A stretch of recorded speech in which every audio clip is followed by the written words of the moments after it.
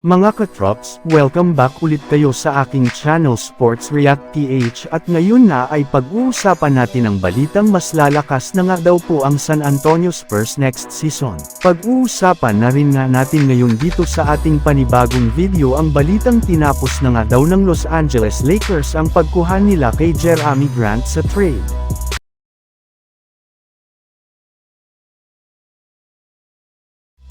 Bagamat man nga mga katrops, hindi pa tuluyang nagsasama sa practice ang bagong magka-teammate ngayon sa San Antonio Spurs na sina Chris Paul at Victor Wembanyama ay napakalaki na nga ng expectation sa kanila ng mga fans at maging ng mga NBA analyst.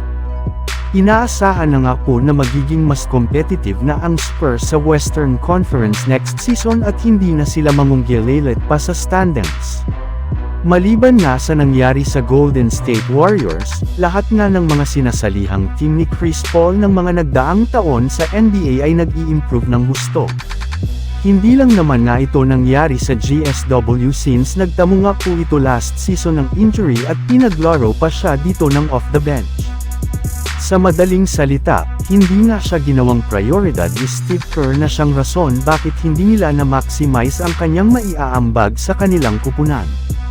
Ngunit ibang-iba rin naman nga ang gagawin ng Spurs kay Chris Paul dahil balak na nga po nila itong gamitin bilang kanilang bagong starting point guard upang sa ganun ay makatulong agad siya pagdating sa playmaking at scoring. Bukod rin nga dyan ay siya rin naman nga ang magiging mentor ng kanilang mga batang manlalaro sa kanilang lineup.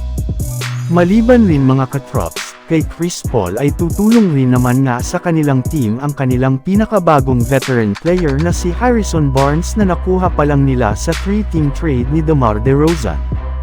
Bali, meron na rin naman nga itong sapat na experience na manalo ng kampyonato kaya sigurado nga na mas magiging competitive na ang San Antonio Spurs next season. Samantala pumunta naman tayo sa ating sunod na pag-uusapan ngayon sa balitang tinapos na nga daw ng Los Angeles Lakers ang pagkuha nila kay Jerami Grant sa trade.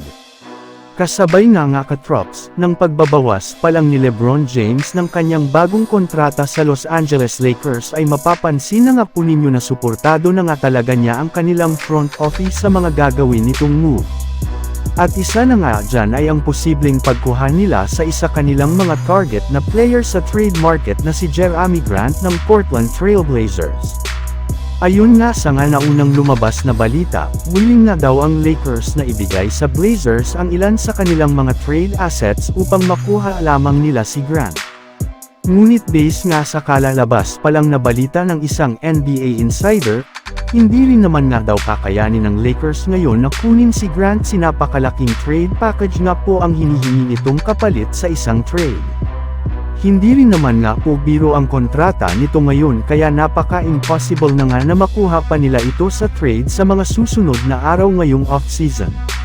So yun lang nga mga katrops ang handog ko sa inyong storya ngayong araw. Sana nag-enjoy kayo. Please like and subscribe my YouTube channel Sports React PH para sa iba pang storya at update patungkol sa NBA. Kita-kits muli sa ating susunod na video.